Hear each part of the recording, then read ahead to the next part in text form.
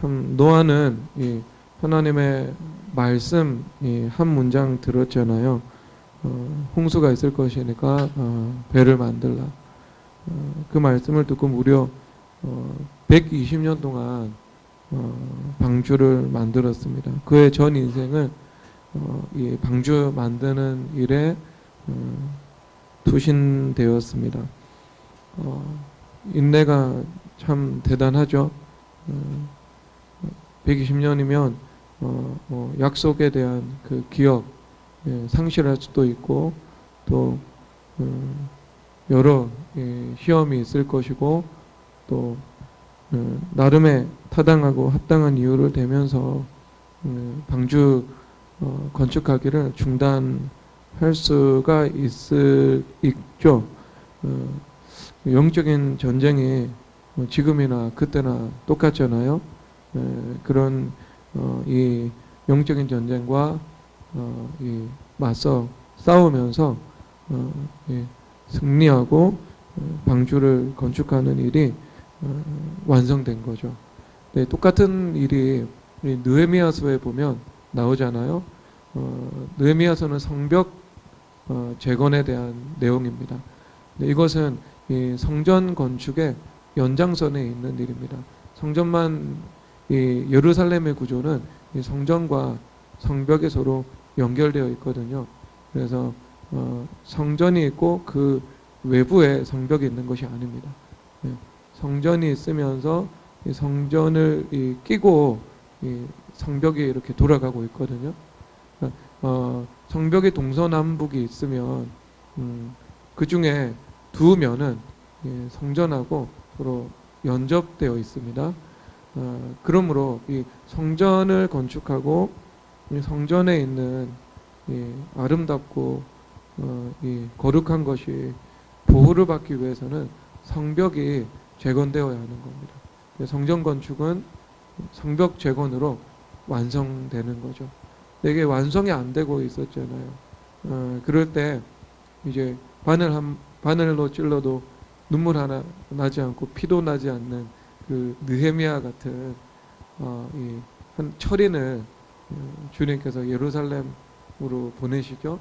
근데 이 느헤미야 같은 인물은 어떤 과정을 통해서 그런 이제 이 리더십을 가진 하나님의 사람이 이렇게 준비되었는지는 모르겠습니다.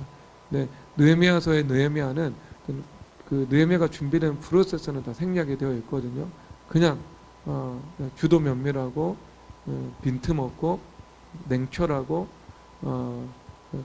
율법이 분명히 세워져 있고 이 계획적이고 탁월하고 그냥 그런 하나의 이 리더십의 전형으로서만 이제 등장을 하고 있는 성경의 유일한 인물입니다. 유일한 인물. 어떤 연약함에 이 빛이 조금 더 비추이지 않는 거죠. 원수마귀들이 틈잡을 수 없는 그런 사람이었습니다. 아마 그러니까 그런 이 사방에 대적들로 둘러싸여 있는데 성벽을 재건하는 그 위험한 일을 주님께서 맡기셨던 것 같아요. 그러니까 그 주변에 틈을 잡을 수가 없으니까 하나같이 위협만 하거든요. 산발락과 도비아라는 주변국의 이 지도자들이 계속해서 이 두려움을 불러일으킵니다. 그래서 내가 이 루머를 퍼뜨리겠다. 이런 루머가 있다. 네가 이 성벽을 재건해서 여기서 스스로 왕이 되려고 하려는 그 계획, 왕이 되어서 페르시아 제국에 대해서 반역하려는 그 소리가 지금 돌고 있다. 그러면 얼마나 이 인사권자 앞에서 되게 임명받은 총독인데 그런 소리를 들으면 두렵겠어요. 그렇죠? 다윗은 그때 심정을 그대로 말하고 있거든요. 내가 무리의 비방을 들었으므로 두려움으로 내 영혼이 휩싸였나이다. 그러니까 물결이 막 휘몰아치는 것처럼 내가 그런 두려움 가운데 공포 가운데 젖어 들어갔다. 이렇게 말씀을 하고 있잖아요. 다윗은 그 연약함들 이것이 시편에 그대로 다 드러나고 있어요. 그런데 느헤미야는 참 어떤 참 인물인지 그런 것이 전혀 없어요. 그리고 눈 하나 깜짝 안 해요.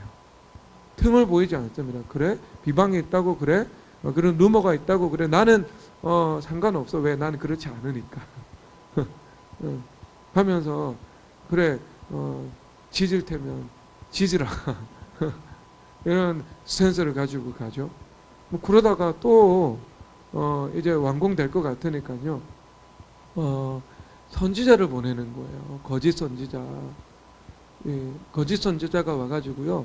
너 지금 이렇게 활보하고 다니면 살해당할 수 있어. 그러니까 성소에 들어가서 그 분향단에 뿔을 잡아. 그래서 너를 스스로 보호해. 이렇게 말을 하고 있죠. 얼마나 그럴듯해요. 성소에 들어가서 성소를 통해서 보호를 받으라고 하는 거니까. 그런데 이게 하나님의 법의 관점에서는 불법이잖아요. 제사장들만이 들어갈 수 있는데 황제라고 해도 들어갈 수 없는 그 성소에 총독이 들어가서 어떻게 살아남을 수 있겠어요. 그래서 느헤미야 총독이 하나님의 법을 이해하고 나 같은 자가 성소에 들어가면 어찌 살겠냐. 그러니까 하나님의 법을 이야기하면서 반응하지 않아요. 그러니까 하나같이 어떤 느헤미야를 실질적으로 해할 수 있는 실력이 없어요. 능력이 없어요. 원수마귀들의 속성이 그렇잖아요. 원수마귀들 이 철로 역정에 보면 아블론이라는 이 괴물이 나오나요? 아니면 어떤 사자가 나와요. 사자가. 근데 그 사자가 우는 사자처럼 짖어요. 그런데 목에 세 줄이 감겨 있어요. 그러니까 이 길 옆에서 짖어요. 그러니까 길을 걸어가는데 나를 묶고 나를 물어뜯을 수는 없습니다. 단지 짖을 뿐이에요. 그런데 그것은 목적은요. 나를 해할 수 있는 능력은 전혀 없죠. 하지만 나를 위협하려고 하는 겁니다. 그 위협해서 내게 두려움을 주고 공포를 주어서 내가 하나님께서 정해주신 그 길을 걸어가지 못하도록 이제 방해하는 것이죠. 그 느헤미야와 이 산발락과 도비야 이런 관계 속에서 펼쳐지는 그 일들을 보면 하나같이 이제 그 위협하는 일들, 실질로 해할 수 없는 일들, 비방하는 일들, 그런 일들로 나타납니다. 그런데 느헤미야는 요동하지 않아요. 마음이 흔들리지도 않고 뭐 우는 것 같지도 않고 그냥 그 길로 이제 묵묵히 걸어가서 마침내 그 과업을 완수하는 그런 모습을 볼 수가 있습니다. 다윗과 같은 감수성이 예민하고 또 그런 이 마음의 그 고통, 아픔 이런 것들을 그대로 느끼고 그것을 주님 앞에 마음을 시시로 토하는 그 방식으로 그 시험과 위기를 극복해 나가는 인격도 있는데 성경에 보니까 느헤미야처럼 미동도 하지 않고 요동도 하지 않고 그냥 그 일대로 완수하는 그런 인격도 있더라고요. 참 성경에서 보면 하나님께서 다양한 인격들을 사용하신다. 그런 생각이 듭니다. 여러분은 어떻습니까? 느헤미야와 같이 바늘로 찔러도 피 한 방울 안 나는 인격이세요? 아니면은 다윗처럼 이렇게 이 마음이 여리고 순수해서 무언가 폭풍이 몰려오면 그것을 그대로 받고 울고 일어서는 스타일입니까? 근데 둘 다 우열을 논하기는 힘들어요. 논하기는 힘들지만 어쨌든 둘 다 그 믿음으로 승리했다는 것, 이것은 사실이죠. 노아의 인생이 어떠했다, 우리가 어떤 단서도 찾을 수가 없어요. 그런데 그냥 우리가 어떤 외부적인 것들을 가지고 우리가 어떤 추론 그 정도는 할 수 있는 것 같아요. 왜냐하면 노아의 이름 자체가 안식이라는 이름을 가지고 있었잖아요. 안식. 그래서 안식이니까 그 이름은 그 사람을 대표하니까 안식의 삶을 살았다라고 보는 것이 합리적이죠. 안식의 삶을 살아갔습니다. 그러니까 노아는 그러므로 이 홍수 심판이 내리잖아요. 비가 오고 창수가 오고 폭풍이 나고 지진이 나고. 그런 상황 속에서 이제 이 폭풍 위에서 안식의 사람 노아가 이 노아의 방주를 이제 이끌고 있는 것들을 보면 적어도 노아는 다윗이라는 과정을 통해서 안식을 누렸을 수도 있고, 아니면 느헤미야처럼 그냥 기질적인 어떤 견고함이 있어서 그 안식을 그냥 누리고 살았을 수도 있죠. 이 노선을 저 노선을 선택하든 이 노아 선배님의 이 안식, 이 폭풍 위에 있는 그 절대적인 그 안식과 평강, 이것이 참 이 부러운 것 같아요. 우리가 그런 것들을 소망해야 되지 않겠어요? 소망해야 되지 않겠죠. 원수마귀들은 위협하거든요. 그 이세벨이 엘리야를 죽일 수 있는 권위가 없잖아요. 하나님께서 주시지 않으면 엘리야를 죽일 수가 없어요. 근데 엘리야를 죽일 거다고 위협하잖아요. 그러니까 이거는 실체 없는 이 두려움이거든요. 근거 없는 불안이거든요. 그냥 위협에 불과한 거니까. 이것이 나에게 물리적인 사실과 실체로 나타날 일들이 아니니까. 그럼에도 불구하고 이제 엘리야는 어느 순간 이제 마음이 무너져서 다시 그 무너진 마음이 회복되는 그 40일의 프로세스, 40일의 이제 새로운 이 회복과 부활의 프로세스를 통과를 하잖아요. 40일 기도. 예, 그렇습니다, 여러분.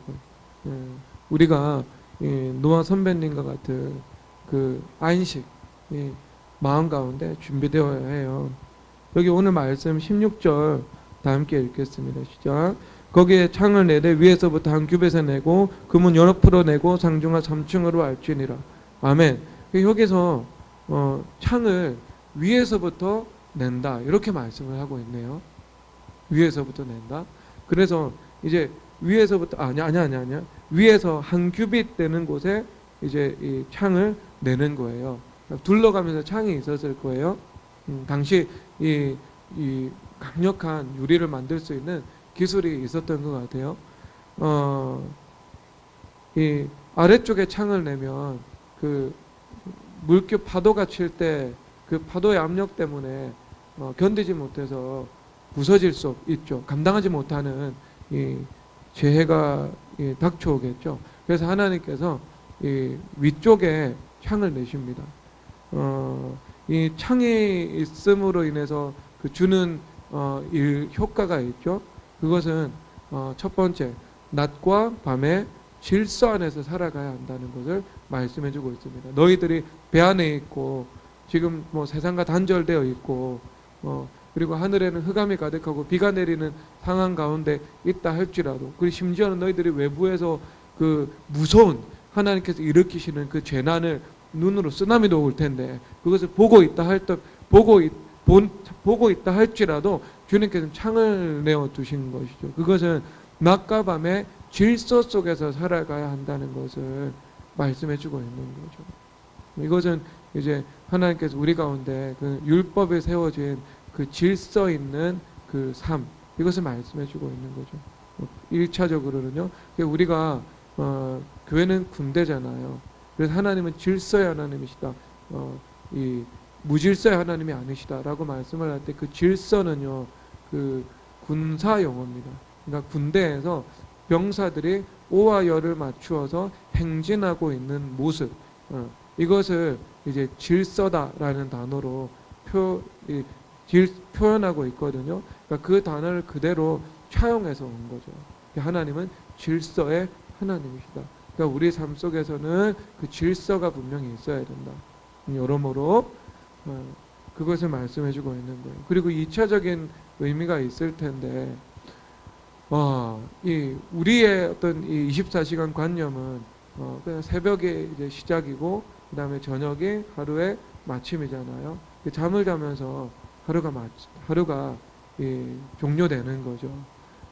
그러나 이 히브리의 이 24시간에 대한 관점은 저녁에서 하루가 시작되어서 그 다음에 저녁에 하루가 시작되는 겁니다. 저녁, 아침이 아니라요. 그래서 창세기 1장에서 보면은 저녁이 되고 아침이 되니 그래서 첫째 날이었더라 이렇게 말씀을 하고 계시잖아요. 그래서 저녁 그 다음에 아침 이것이 하루예요. 하루. 그래서 예수님 십자가에 못 박고 그들이 이 안식일에 시체를 이 나무에 달아 놓으면 안 되잖아요. 부정하게 되니까. 그래서 이 해가 지기 전에 이 뼈를 꺾죠. 두 강도는. 그리고 예수님은 이제 뭐 이미 그때 이제 운명하셨죠. 그래서 십자가에서 내려서 무덤에 안치를 해 놓습니다. 왜냐하면 그 저녁부터 안식일이 시작되거든요. 네. 그러니까 그들의 시간 관념이에요.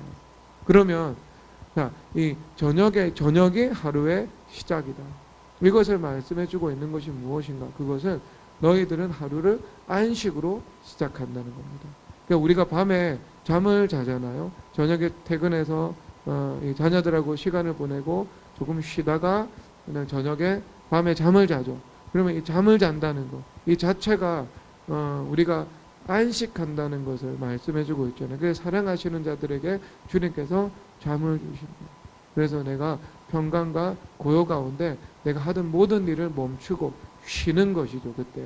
그러면 그렇게 내가 쉴 때 이스라엘의 하나님은 주무시지도 않으시고 졸지도 않으시기 때문에 내가 쉴 때 예수님께서 일하시는 것입니다. 그 순간에도요. 순간에도. 그러면 그 안식으로 내가 하루를 시작한다는 것은 이제 오전의 삶, 오후의 삶, 직장 가고 학교 가고 내가 일상의 삶을 살아가는 것. 이 모든 삶을 마치 내가 저녁에 쉬는 것처럼 쉬면서 예수님께 맡기는 것처럼 내일로 하여금 염려하게 하라. 염려하지 말라. 아예 염려하지 말라. 내일은 하나님의 소관이니 염려는 너희들의 소관이 아니다 라고 말씀을 하시는 것처럼 너희들이 그날 하루의 삶도 동일하게 쉼의 삶을 살아가라. 너희들이 쉴 때 예수님께서 일하신다. 이것을 말씀해주고 있는 거예요. 말씀해주고 있는 거. 그렇죠. 그러니까 안식에서 시작해서 이 안식의 연장선 가운데 이 시간을 보내는 거죠. 쉼에서 시작해서 쉼의 연장선 가운데 내가 일상의 삶을 살아가는 이것을 말씀해주고 있는 거예요. 그러니까 이 낮과 밤의 질서를 보면서 이제 밤이 되면 노아와 모든 이 노아 집안의 식구들은요 이제 쉬는 거예요. 쉬는 거. 그리고 다시 해가 뜹니다. 그래서 구름에 갇혀 있지만 그 빛 때문에 이제 그래도 날씨가 밝잖아요. 완전히 어둡지는 않습니다. 다시 일어나서 그 안식의 삶을 또 하루 동안 살아가는 겁니다. 그러니까 방주 안에 있는 그 모든 삶은 사실상 그러므로 안식이다. 이렇게 말씀해주고 있는 것이죠. 자, 그러면 여기서 또 어떤 함의가 나타나냐 하면은요. 창세기 1장에서 보면 주님께서 밤을 어둠이라 부르시고 낮을 빛이라 부르신다. 이렇게 주님께서 말씀을 하시거든요. 그러면 자, 낮과 빛, 그 다음에 밤과 어둠, 이것을 이제 예수님께서 서로 이 패키징을 하고 계시잖아요. 근데 이 관점에서 이 사도 요한도 그대로 이것을 끌어오셔서 예수님께서 하신 말씀을 전하잖아요. 낮이 12시가 아니냐. 낮에 다니면 그 사람 안에 빛이 있는 곳으로 그 사람이 실족하지 아니하고 밤에 다니면 빛이 없는 곳으로 실족한다. 주님께서 이렇게 말씀을 하고 계세요. 그러면 이 낮이라는 것은, 물리적인 낮이라는 것은 영적인 빛하고 연동을 시키시죠. 그리고 물리적인 밤을 영적인 어두움과 서로 연동을 시키시는 거예요. 그러면 이 일들에 있어서 요한 사도만 이런 영적인 사고를 하는가? 아니죠. 사도 바울 선생님께서도 그대로 그렇게 말씀을 하십니다. 그리고 너희들은 밤에 속하지 않고 낮에 속하였으니 빛의 갑옷을 입고 그리고 너는 방탕하게 행하지 말라. 이렇게 말씀을 하고 계시거든요. 술 취하는 자들은 다 밤에 취하지 않느냐고. 그래서 너희들은 낮에 소속된 사람이기 때문에 빛의 삶을 살아가야 된다. 사도 바울 선생님께서 그렇게 말씀을 하고 계세요. 그렇게.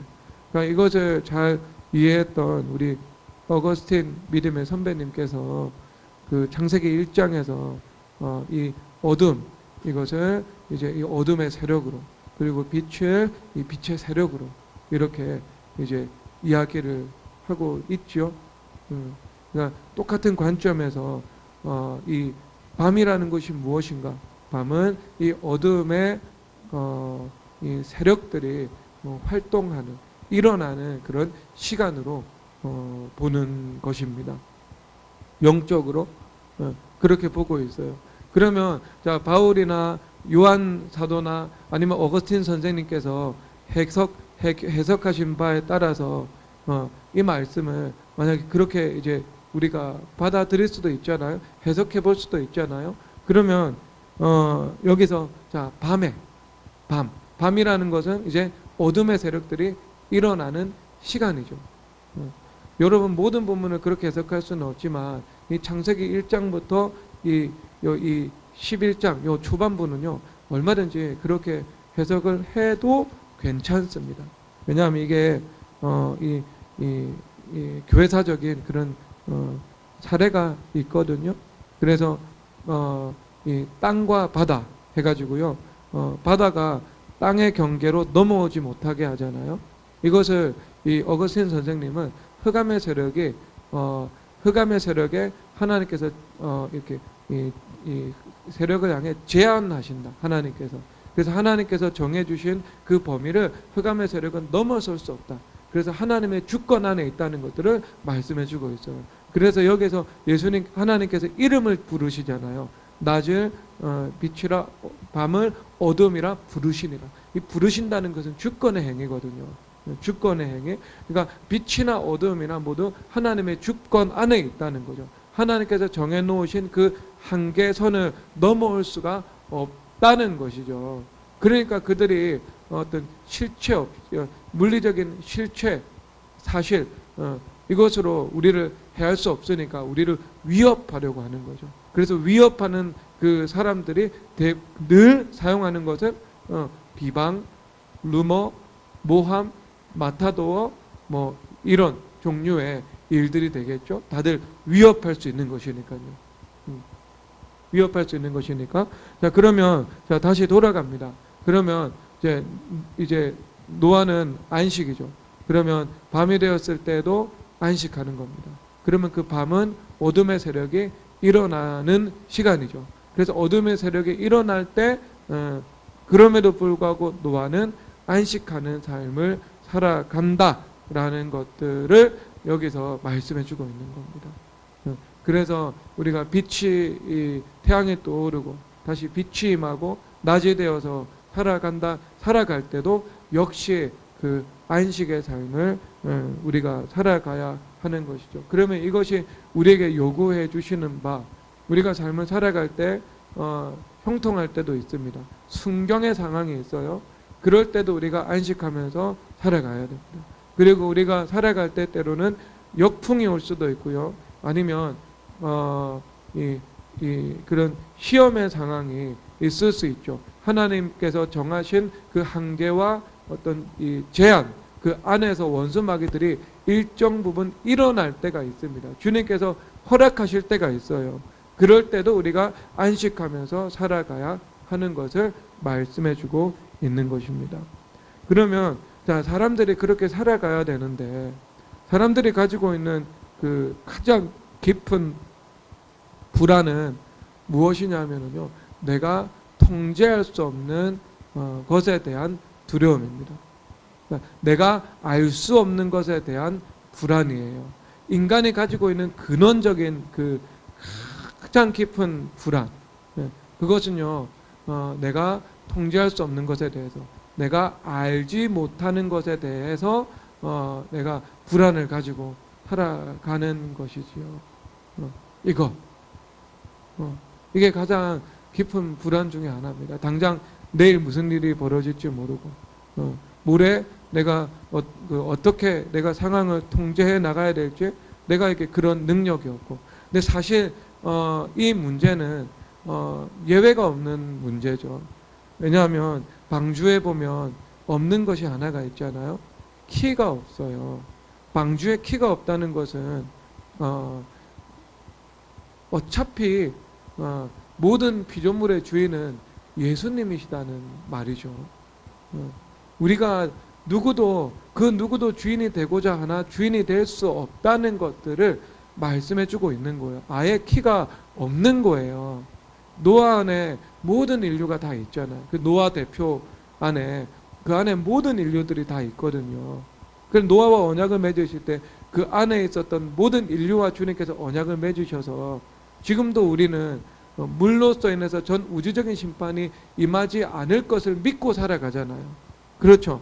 아무리 지구온난화가 심해져도요, 일본 열도가 다 물에 잠겨 들어가는 일 없을 거예요. 왜? 주님께서 마지막 심판은 불로 심판한다고 말씀하셨지 물로서 심판하신다고 말씀하지 않으셨기 때문이거든요. 그것은 믿을 수 있어요. 부분적인 거죠. 와도, 쓰나미가 와도. 그러면 자, 우리가 이제 어쨌든 그 노아 안에 모든 인류가 있잖아요. 그러면 그 인생의 키는 내가 가지고 있는 것이 아니에요. 그러니까 이것을 인정하면서 살아가야 되는데 세상 사람들은 이거 인정하지 않고 살아가잖아요. 내가 내 인생의 주인인 것처럼 착각하면서 살아가는 것이죠. 그런데 내가 내 인생의 주인인 것처럼 스스로 믿으면서 살아가는데 그런 강한 자기 신뢰를 가지고 있는 사람조차도 마음을 한꺼풀 두꺼풀 이렇게 벗겨내면 그 마음 가운데 태생적인 불안이 자리 잡고 있다니까요. 그리고 그 태생적인 불안은 내가 내 인생을 통제할 수 없고 내가 당장 내일 무슨 일이 일어날지 알 수 없다는 그 사실 때문에 이제 나에게 불안이 있는 거죠. 그러니까 여러분, 그런 불안이 없는 사람이 어디에 있겠어요? 그렇죠? 다 있는 불안이에요. 다 있는 불안. 돈이 많고 권력이 있고 그래도 그 불안은요 예외가 없어요. 자기가 어떤 이 원수마귀들이 그 눈까지도 가리고 있어서 그것에 직면하지 못하는 사람들이 있겠죠. 그냥 세상의 풍요 속에 이 착시 현상에 자기가 빠져가지고요. 자기가 얼마나 이 연약한 존재고 내게 힘으로 통제할 수 있는 영역보다 통제할 수 없는 영역이 얼마나 더 많은지 모르는 거예요. 모르는 거. 근데 사실 여러분 냉정하게 여러분 인생을 한번 되돌아보세요. 여러분 스스로 지금 통제할 수 있는 것이 뭐가 있어요? 내가 통제할 수 있는 게요, 내가 통제할 수 없는 것에 비교해서 너무 적죠. 사실 너무 적죠. 극히 일부만 내가 지금 통제할 수 있는 것 같습니다. 내가 지금 땅을 팔지 말지 뭐 이 정도. 내가 가진 은행 계좌를 가지고 이 주택을 살지 말지 뭐 이 정도 내가 통제할 수 있을 거라고 생각을 하는데, 근데 그 나머지 그 나머지 사실상 통제할 수 있는 것이 하나도 없다라는 거죠. 그런데 여기서 자, 이것을 우리는 인정하면서 살아가야 돼요. 예수님께서 우리의 그 우리의 주인 되어 주시는 거죠. 우리의 주인 되어 주실 때 예수님께서 우리를 보호해 주시고 우리에게 선한 길로 인도해 주시고, 그리고 주님께서 뭐라고 하시냐, 주께 부르짖는 자들을 언제나 구원하시고 주께 부르짖는 자들에게 모든 일에 주님의 선을 베풀어 주신다. 이게 시편 기자의 사고방식이잖아요. 사고방식. 시편 기자의 관점에서 부르짖을 때는 언제나 수렁에서 건짐을 받고요, 하나님의 선하심이 나타나고요, 속죄의 은혜가 나타나고요, 사람들의 핍박과 비방으로부터 주님께서 건져주시게 되고요. 이게 시편 기자의 어떤 신정의 말씀인 거죠. 말씀. 시편 기자가 가끔은 사람들을 저주를 하거든요. 이 의인들을 핍박하고 비방하는 자들은 이 화를 입을 거다. 뭐 이렇게 이야기를 해요. 이렇게. 그러면 시편 기자가 어떤 십자가 연합을 이루지 못하고 사람을 저주한다. 이렇게 보시면 안 돼요. 왜냐하면 이것은 시편 기자가 시를 쓴 것 같지만 성령 하나님께서 말씀을 기록하신 거라고요. 그러면 시편 기자의 그 고백들은요, 하나님의 말씀이에요. 말씀. 그러니까 누군가를 사람을 저주했다라고 보기보다는 의인들을 핍박하고 박해할 때 하나님께서 그 의인들을 건져 주실 뿐만 아니라 의인들을 핍박하고 박해하는 사람들에 대해서 주님께서 상당한 보응을 받게 하신다는 하나님의 통치 선포예요. 나는 이렇게 일한다. 이렇게 한다. 그러니까 너희들이 언제나 주님 앞에 선을 행하면서 살아가라. 이것을 말씀해 주고 있는 거예요. 그렇죠? 그거라니까요. 근데 이제 그렇게 부르짖을 때 언제나 우리 삶 속에서는 주님의 선하심이 나타나게 되거든요. 주님의 구원하심이 나타나게 되거든요. 그러니까 우리가 이제 주님 앞에 이 불신자들 아니면 내가 주인 되어서 살아가는 사람들, 착각 속에, 주인이라는 착각 속에 살아가는 사람들하고 비교할 수 없는, 우리는 어떤 평강과 은혜 속에서 우리가 살아갈 수 있는 것은 그냥 존재적인 거죠. 존재적인 거고 그리스도인의 그 본질적인 요소입니다. 그럼에도 불구하고 여러분들이 안에 태생적으로 가지고 있는 그 옛사람으로서 그 불안이라는 속성은, 이 죄성은 여러분 가운데 예외 없이 다 존재하잖아요. 그러면 그 불안이라는 것이 어떤 방식으로 우리 삶 속에 나타나냐 하면요, 여러분 다 여기 있는 분들은 100% 지금 제가 하는 말에 동의할 거예요. 그 생각이 뭐냐 하면은 내 인생 가운데 크고 작은 시험이 오면 어떡하지 하는 불안입니다. 하나님께서 성경에서 보면 하나님의 영광이 나타날 때 하나님의 영광 그 전에 주님께서 크든 작든 시험을 허락해 주시잖아요. 그래서 십자가와 연합하게 하시고 그 다음에 주님께서 우리를 겸손의 길로 인도하시면서 그 부활과 연합이라는 영광을 베풀어 주시잖아요. 그리고 교회 생활 조금 오래 하시다 보면 하나님의 나라의 어떤 일들, 하나님 나라의 사역들이 펼쳐질 때 우리가 진짜 하나님 중심으로 어떤 하나님의 통치를 이 땅 가운데 구현해 나가는 그 일들을 해 나갈 때 원수 마귀들의 시험과 방해가 있다는 것들은 조금만 신앙생활해도 다 알잖아요. 그래서 무언가 주님께서 큰 사명과 큰 일을 맡겨주시면 하나님께서 이것을 반드시 승리케 하시고 완성케 하실 텐데, 근데 그 전에 시험은 있을 것 같다라는 이 일말의 불안감과 두려움이 없는 사람이 어디에 있어요? 그쵸? 그게 있다니까요. 조영기 목사님께서 그런 말씀하시더라고요. 주님께서 큰 사명 맡겨주실 때마다 자기는 벌벌 떨린다고. 당신께서는 왜? 언제나 큰 시험이 오니까. 자, 그게 이제 그런 선배님들의 말씀이잖아요. 선배님들의 말씀. 시대도 다르고 어떤 다 다르다 할지라도 정황도 다르고 다른 상황 속에서 살아간다 할지라도 없지 않아 크든 작든 시험이 있을 수는 있잖아요. 없을 수도 있잖아요. 그래서 없으면 좋겠지만 있을지도 모르는 그 시험 때문에 우리가 무언가 불안감을 가지고 살아가는 것, 그게 우리의 실전이죠. 우리의 모습이죠. 이것에 예외가 있는 사람이 어디에 있어요? 다 있지. 다 있지. 조금 어려움이 오면 어떡하나. 결론을 알고 있죠. 우리는 예측 가능한 인생을 살아가니까 반드시 주님께서 좋은 것으로 끝마치신다. 반드시 결말은 해피엔딩이다. 반드시 우리는 승리한다. 이것을 다 알고 있어요. 알고 있음에도 불구하고 그 순간 그것을 맞닥뜨리는 것이 쉽지 않기 때문에 내가 그 두려움, 불안 이것을 가지고 살아갑니다. 동의하시죠? 그거 없는 사람이 어디 있어요 지금? 여러분, 그런데 이제 그것을 진짜 우리가 안식하면서 살아간다는 것은요, 그 마음에 대해서 죽은 거예요. 그 마음에 대해서. 그래서 진짜 안식을 누리면서 살아가는 법입니다. 진짜 안식을 누리면서 살아가는 법인데 그것은요 시험에 대해서 내가 죽는 겁니다. 시험에 대해서 내가 죽는 거예요.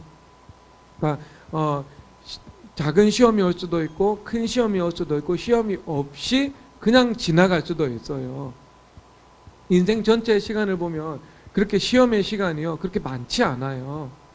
많지 않아요. 정필도 목사님께서 말씀하시더라고요.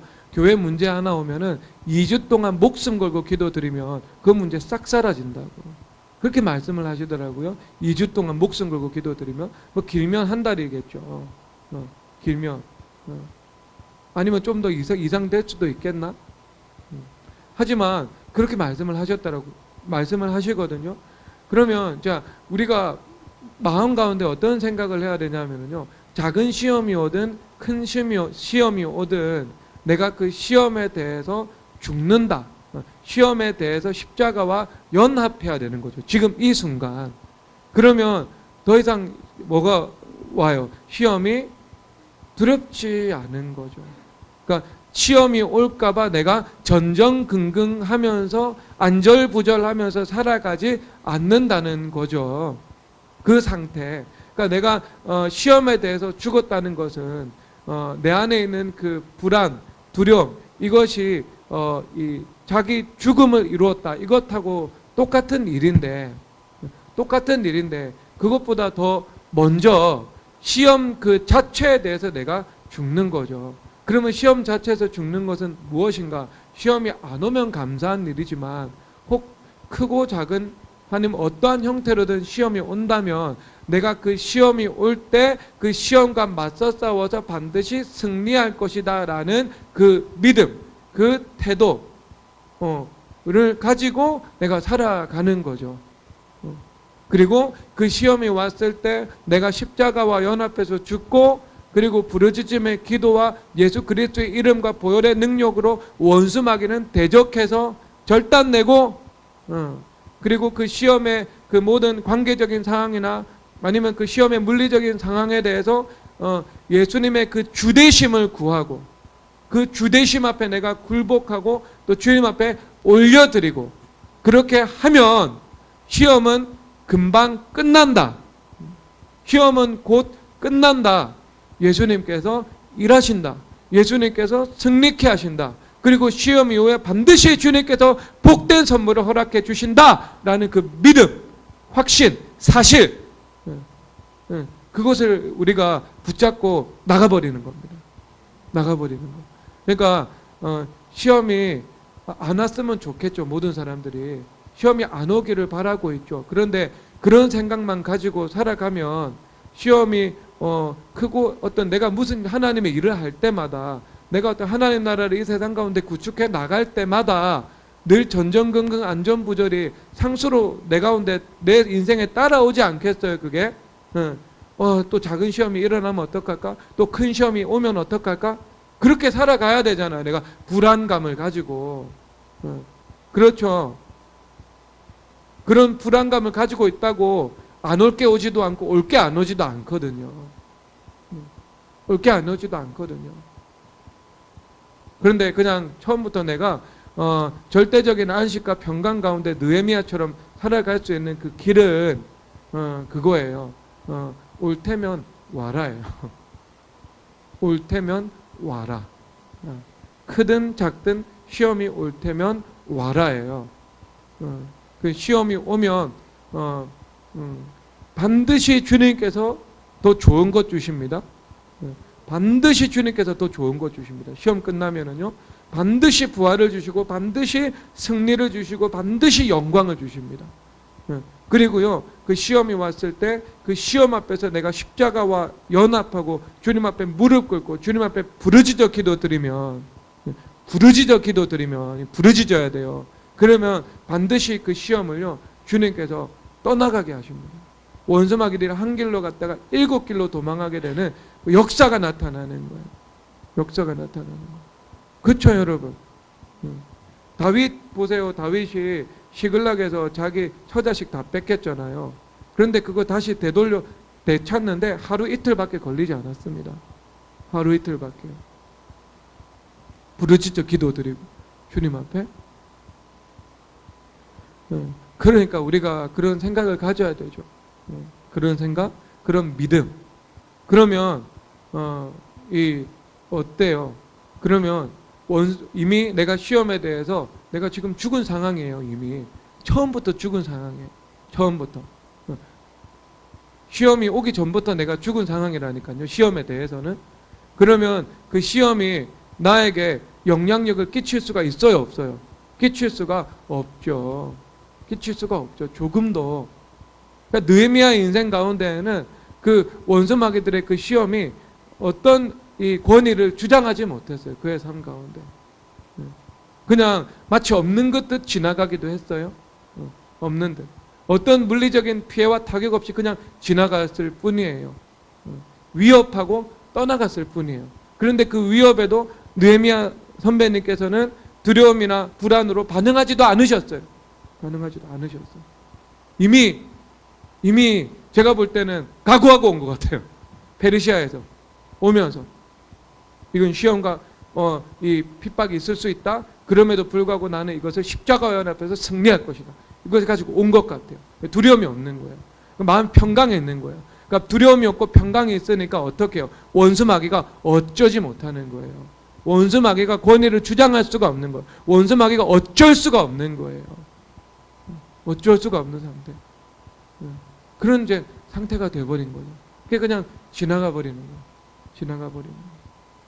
그러면 내가 일상적인 삶을 살 때도 이제 안전부적을 하고 전전긍긍하는 것이 없겠죠. 없겠죠.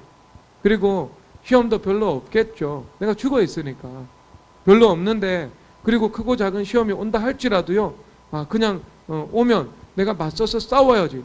맞서서 싸워서 승리해야지. 하기 때문에요, 내가 내 마음 가운데 이 침해를 끼치지 못하는 거죠. 나는 평강과 안식 가운데 그냥 내 삶을 살아가고, 내가 할 일을 하고, 그럼에도 불구하고 평강하고, 기뻐하고, 감사하고, 주님 앞에 맡기고, 안식 가운데 살아가고, 예수님께서는 이미 십자가 연합을 통해서 주인이 되셨고, 주인이 되시기 때문에 예수님께서 일하시고, 거기에다가 내가 부르짖어 기도하고 보혈 선포하고 주님의 이름을 부르면 원수 마귀들 초토화되고 그렇게 되는 거예요. 그리고 하나님께서 그거 끝난 이후에요, 주님께서 또 상급을 주시고 선물을 주시고 복을 주시는 거예요. 주님께서는 복을 주시는 거죠. 그러니까 그런 우리가 태도를 가지고 살아가야 돼요. 그러면 그것과 함께 무엇이 중요하면은요, 내 안에 있는 그 근원적인 두려움과 근원적인 불안이 이제 사형 선고를 받게 되는 겁니다. 받게 되는 거예요. 그러면 이제 이런 사람들은 이제 주님 앞에 충성스러운 일꾼으로 이제 거듭나게 되는 것입니다. 주님께서 맡겨주시면 감당하겠습니다. 주님께서 맡겨주시면 순종하겠습니다. 그리고 주님께서 이 모든 것을 이루실 것을 믿습니다. 그렇게 이제 나가는 거죠. 여러분, 결국 이 사람들이 두려워하는 것은요. 자, 조금만 이렇게 자, 옆쪽으로 가겠습니다. 그러면 이제 죽음이라는 건데, 로마서 6장에서 너희 옛사람이 십자가와 함께 못 박힌 것은 아버지의 영광으로 말미암아 이제 우리 그리스도를 죽은 자 가운데서 살리신 것 같이 우리로 또한 새 생명 가운데 행하게 하려 합니다. 이렇게 말씀을 하고 계시거든요. 그러니까 내가 이제 죽은 상태, 그 다음에 새로운 생명으로 내가 이 부활의 삶을 살아가는 그 상태, 이것이 나오거든요. 그러면 내가 옛 나의 사람이 죽어야 되거든요. 옛 나의 사람. 그러면 이게 예수님께서 말씀을 하시기를 자기를 부인하고 자기 십자가를 들고 예수님을 따라가는 사람이 참된 제자다, 이렇게 말씀을 하고 있잖아요. 그래서 여기서 부인되어야 하는 자기죠. 그러니까 자기가 부인되어야 하는 거죠. 그러니까 자기가 십자가와 연합해서 내가 죽어져야 되는 거죠. 옛 사람이죠. 옛 사람의 가운데 있는 그 옛 자기죠. 그러니까 이것을 성경에서 이제 이것을 우리가 흔히 자아라는 말로 표현을 하잖아요. 자아. 내 자아가 죽었다. 내 자아가 죽었다. 그러면 자아가 죽었다는 것을 그냥 여러분들이 도대체 자아가 죽었다는 것이 무엇을 의미할까요, 주님? 이렇게 생각할 수 있잖아요. 자아가 죽었다는 것을 그냥 리트머스 시험지로 딱 평가를 할 수 있는 게 하나가 있습니다. 그것은요, 인정과 칭찬과 명예와 그 다음에 비방과 수치입니다. 예, 이것에 대해서 내 자아가 죽었잖아요. 그러면 내 자아가 죽은 상태예요. 칭찬과 인정에 대해서 죽은 것, 그리고 동전의 양면입니다. 이것은 비방에 대해서도 내가 죽은 거예요. 여러분, 어떤 게 더 어렵죠? 사람마다 다 다를 텐데, 어떤 사람은 칭찬과 인정에 대해서 죽는 것이 힘들다 이렇게 말하는 사람도 있어요. 어떤 사람은 비방에 대해서 죽는 것이 더 힘들다 이런 사람도 있어요. 뭐가 더 여러분 힘들까요? 장정인 자매는 뭐가 더 힘들까요?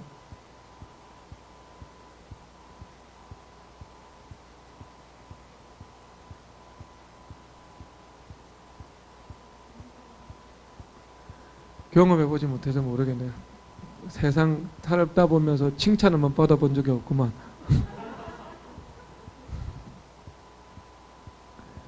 칭찬과 인정에 대해서 죽는 것은요, 조금 더 쉬워요.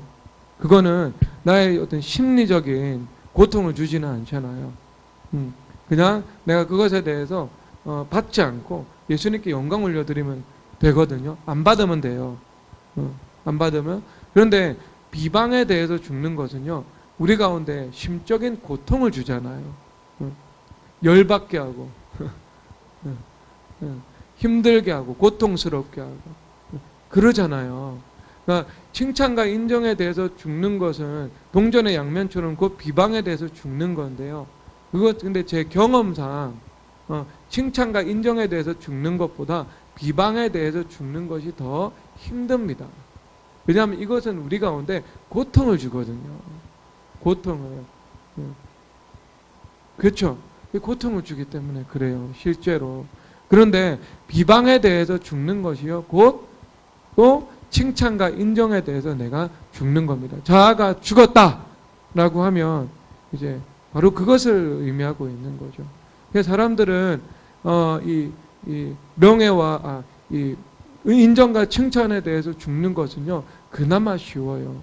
그것은 교만과 싸워서 이기고 내가 반응하지 않고 주님 앞에 무릎 꿇고 영광 올려드리고 겸손을 구하면 되는데, 비방이라는 것은 이 어떤 나의 어떤 이 심적인 고통과 어떤 인격의 침해로 나타나는 거잖아요. 그러니까 어떤 이 명예와 수치의 사람들, 그러면 그 수치에 대해서 이 고통스러울 수 있는 것이지요. 그런데 자, 비방과 수치에 대해서도 내 자아가 죽어야 됩니다. 죽어야 돼요, 여러분. 비방과 수치에 대해서도 내 자아가 죽어야 됩니다. 그러면 이게 좀 선제적으로 죽으면 좋겠죠. 그러면 비방과 수치가 더 이상 나에게 헤게모니로 주장할 수 없고 영향력을 끼칠 수도 없게 되는 것이지요. 그러므로 어떻게 해요?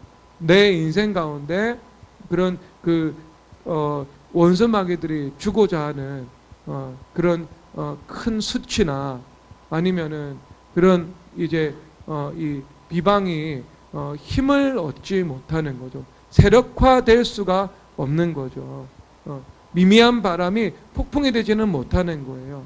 그리고 그것이 그것을 주님께서 잠잠하게 해 주시는 것입니다. 선제적으로요.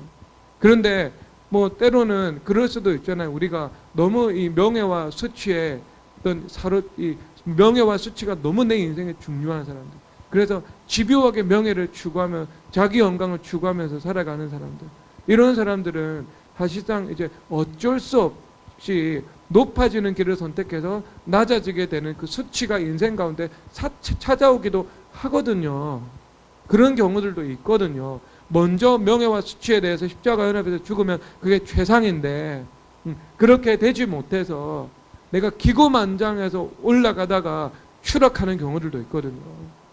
그러면 그때는 이미 수치가 찾아왔고 때로는 비방도 찾아왔어요. 왔어요.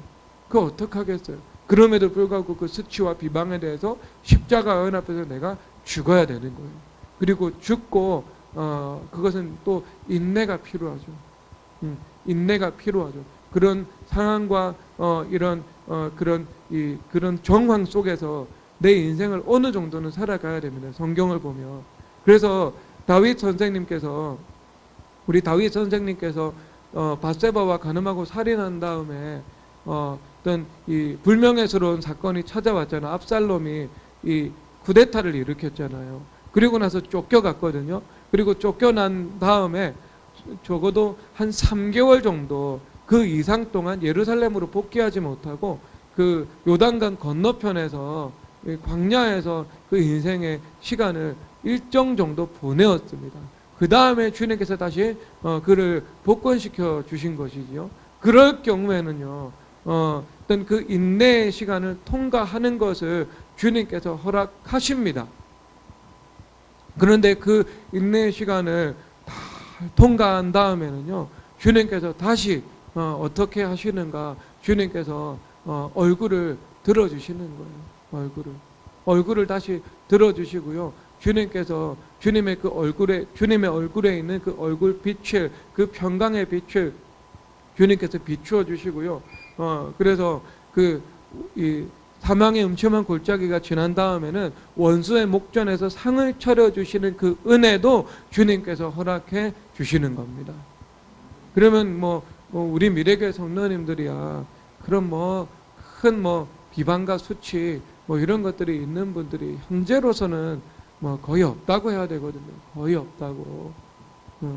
여기 국회의원 나오신 분도 없고, 그렇잖아요. 그렇잖아요. 연예인도 없고. 그런데 내가 이제 그런 상황이 아니면 훨씬 더 회개하기 좋죠. 십자가 연합에서 자아가 죽기 좋죠. 그런데 심지어 여러분들이 국회의원이고 연예인이고 인생의 오점이 묻어 있다 할지라도요, 내가 십자가 연합에서 정말 내 자아가 죽어지는 그 길을 걸어가다 보면은요, 주님께서 반드시 그 인생을요, 주님께서 영화롭게 만들어 나가시는 겁니다. 그래서 여러분들이 어떤 노선 가운데 있고 어떤 상황 가운데 있든 여러분들의 자아가 죽어진다는 것이 무엇인가? 그 자아가 죽어진다는 것은 내가 인정과 칭찬에 대해서도 내가 죽는 거예요. 죽는 거. 미동하지 않고 주님 앞에 영광 올려드리는 것이고, 그 다음에 비방과 수치에 대해서도 내가 죽는다는 거죠. 그 일 때문에 너무 속상해하지 않고 너무 고통스러워하지 않고, 그럼에도 불구하고 내가 마음의 그 평강과 안식 가운데 자유를 누리면서 살아갈 수 있는 거죠. 그것이 내 안에 있는 자기, 내 안에 있는 자기, 내 안에 있는 그 자기가 죽어진 거예요. 자아가 죽어진 거예요. 그래서 자아가 죽어져서 그 자아가 리뉴얼 되었는데 주님께서 주시는 그 겸손한 자아가 남아 있는 거죠. 십자가 연합에서 죽은 자아, 그래서 부활과 연합한 그 자아가 내 안에, 겸손과 순종의 자아가 내 안에 남아있게 되는 것입니다. 그러면 하나님께서 이 인생을 정말 주님께서 귀히 쓰십니다.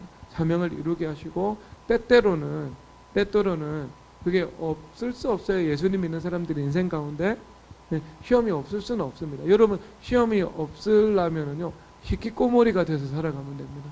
여러분들이 독립자존적인 존재가 돼가지고요, 방 안에 틀어박혀서 결코 나오지 말고, 어떤 관계망도 회피하고 어떤 영향력 끼치기도 여러분들이 부인하고 살아가면은요, 어떤 시험이 없습니다. 그런데 그 자체가 인생의 시험입니다. 그 자체가 우울증 오면 좀 있어. 인간의 관계를 통해서 행복을 누리도록 주님께서 설계하셨는데, 그렇죠? 그렇게 하셨는데, 어차피 여러분 세상 사람들에게도 고난이 있어요. 교회 밖에도 고난이 있습니다. 어떻게든 여러분 인생에는 고난이 있는데, 여러분들이 노아처럼 안식의 사람이 되어서 살아가면은요, 그런 여러분 환난과 풍파가 없어요. 그 정도의 모진 환란과 풍파가 없어요. 노아의 방주 안에 탑승해서 안식으로 살아가면 그런 모진 풍파와 환란은 없고요. 있어도 그것을 주님께서 잠잠케 해주십니다. 그래서 우리의 인생의 길을 평강의 길로 인도해 주신다니까요. 그런데 그 평강의 길로 걸어갈 때조차 이 세상은 원수 마귀들이 존재하는 곳이기 때문에 하나님께서 우리 가운데 간헐적으로 시험도 허락하시는 것이지요. 그런데 그 간헐적인 시험 때문에 우리의 전 인생 전체를 어떤 불안 속에서 내가 살아간다면 그것이 얼마나 피해 막심한 일이겠습니까? 그렇게 살아가지 마시고 올 테면 와라, 죽으면 죽으리라 하면서 그냥 이미 시험에 대해서 십자가와 연합된 상태로 내 안에 있는 그 명예와 수치에 대한 내 자아가 죽은 상태로, 인정과 칭찬과 비방에 대한 내 자아가 죽은 상태로, 그리고 불안하고 두려워하는 내 자아가 죽은 상태로 아예 살아가시기를 주님의 이름으로 축복합니다. 그러면 언제나 여러분들은 밤에도 안식하고 낮에도 안식하는 그 삶을 살아갈 수 있게 될 것입니다. 내 마음의 주를 향한 사랑.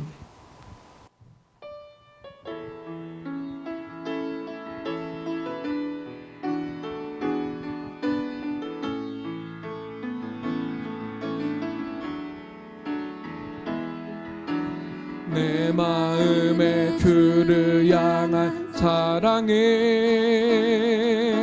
나의 말은 주가 주신 진리로 나의 눈에 주의 눈물 채워주소서.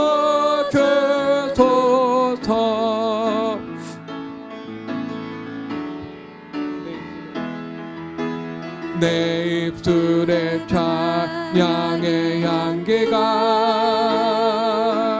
두 손에는 주를 닮은 섬김에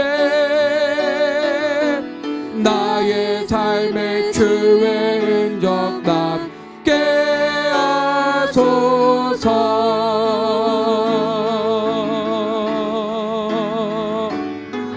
하나님의 사랑에 영원히 함께하네.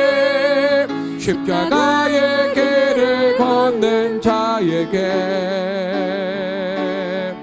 순교자의 삶을 사는 이에게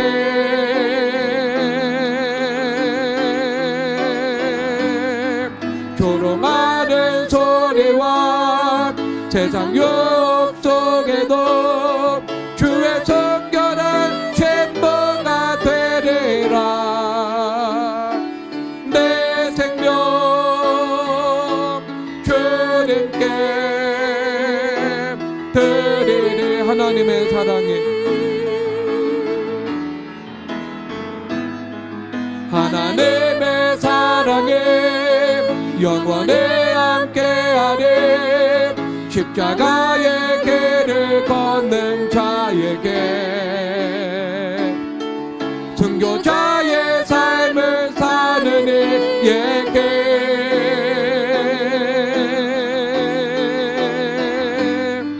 조롱하는 소리와 세상 유혹 속에도 주의 정결한 챔버가 되리라. 내 생명 주님께 드리리. 하나님의 사랑이 영원히 함께하리. 하나님의 사랑에 영원히 함께하리. 십자가의 길을 걷는 자에게 순교자의 삶을 사는 이에게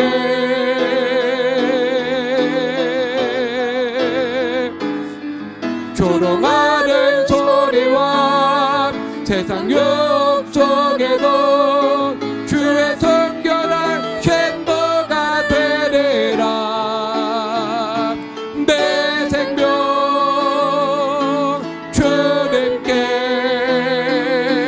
드리리. 하나님의 사랑에 영원히 함께하리. 하나님의 사랑에 영원히 함께하리. 십자가의 길을 걷는 자에게, 순교자의 삶을 사는 이에게